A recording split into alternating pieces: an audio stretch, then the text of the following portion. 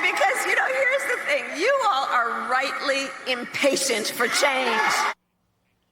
The Gen Z vote is bound to have a major impact on the election, but how younger Americans are casting their ballots is now more difficult to predict than ever. Let's bring in conservative commentator Caroline Joyous and campus reform correspondent at the University of Florida, Emily Sturge. Thank you both for coming on. Emily, we just heard Kamala Harris saying she loves Gen Z, but you feel as if Donald Trump has become appealing to Gen Z. Why? Why do you feel that?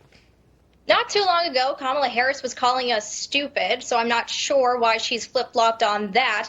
But Donald Trump is clearly resonating with members of Generation Z on one issue, and that's the economy.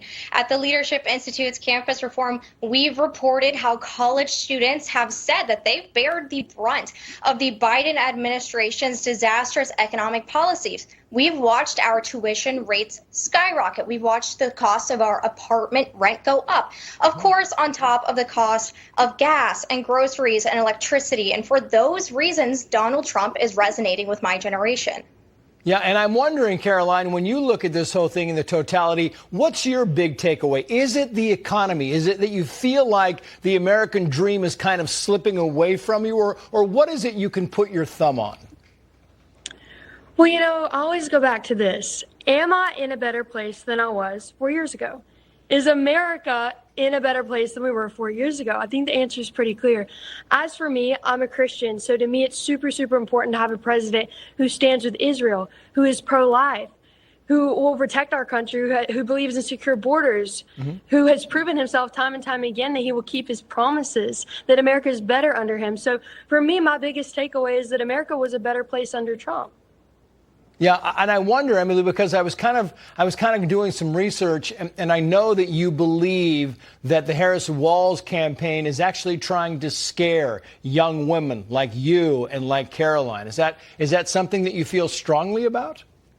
Well, as a young woman, it's been a rough week. We've been called garbage by Mark Cuban. We've been called uneducated. We've been called weak. And we're paying attention to that divisive and frankly misogynistic rhetoric that's coming from the left. But I will tell you, as a young woman, what's on the forefront of my mind this election is the safety of my community. It's closing the border. It's national security. And it's the ability for me to one day own a home and start a family.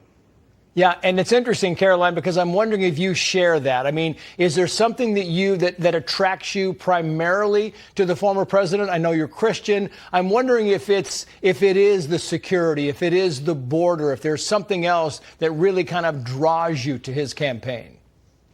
Absolutely. As I just said, what draws me to President Trump is that America was a better place under him. And that isn't just my opinion. That's simply a fact. You can ask anyone around you, they can say that they're voting for Harris. They can say that they're happy to vote for her. But did they have more money in their pocketbook under Biden Harris? Do they have more money in their pocketbook under President Trump? Yeah, they did. When you talk to your friends, Emily, I'm wondering what they say. One, you don't have to tell me if they're conservative as well. I'm wondering what they say to you. What are they saying? Because you are a conservative. You know that you're in this world. What are they saying to you that makes you feel like, yep, we're all feeling the same thing?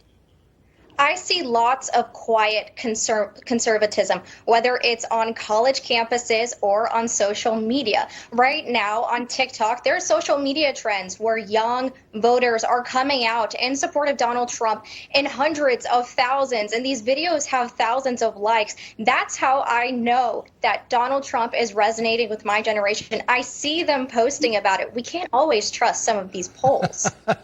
Yeah, you're right. You can't. And Caroline, what about you? What are you seeing? What evidence do you have that the former president is also resonating? Absolutely. I couldn't agree with Emily more. Our generation is very, very excited to vote for President Trump. In fact, I was just calling up a few friends today and I asked them, hey, why are you voting for President Trump? Here are a few of the responses that they gave me very, very enthusiastically. They said, hey, I'm voting for Trump because he proved himself. Hey, I'm voting for President Trump because I had more money in my pocket under President Trump. I'm voting for President Trump because I want to live out my American dream. I'm voting for President Trump because I want to have my own family. I'm voting for President Trump because I don't want to fight in World War III. So yes, Gen Z is very, very enthusiastically voting for the former president.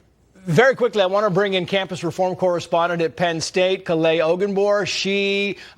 We were having trouble getting her signal up. You are the daughter of Nigerian immigrants. You also want the American dream, Kale. You think it's getting a little bit out of your reach as well.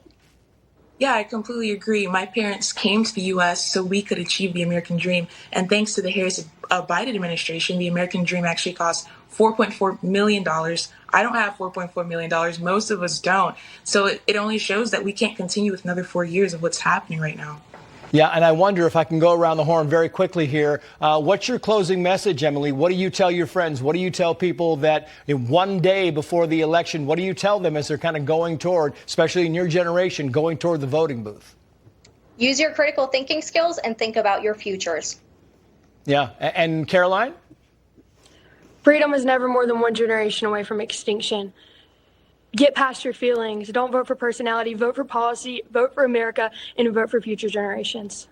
And Kale, you, the most important thing you think that has attracted you to the former president? Well, just do what makes the most sense. We know that our life was better 4 years ago, before COVID, and let's just keep that going.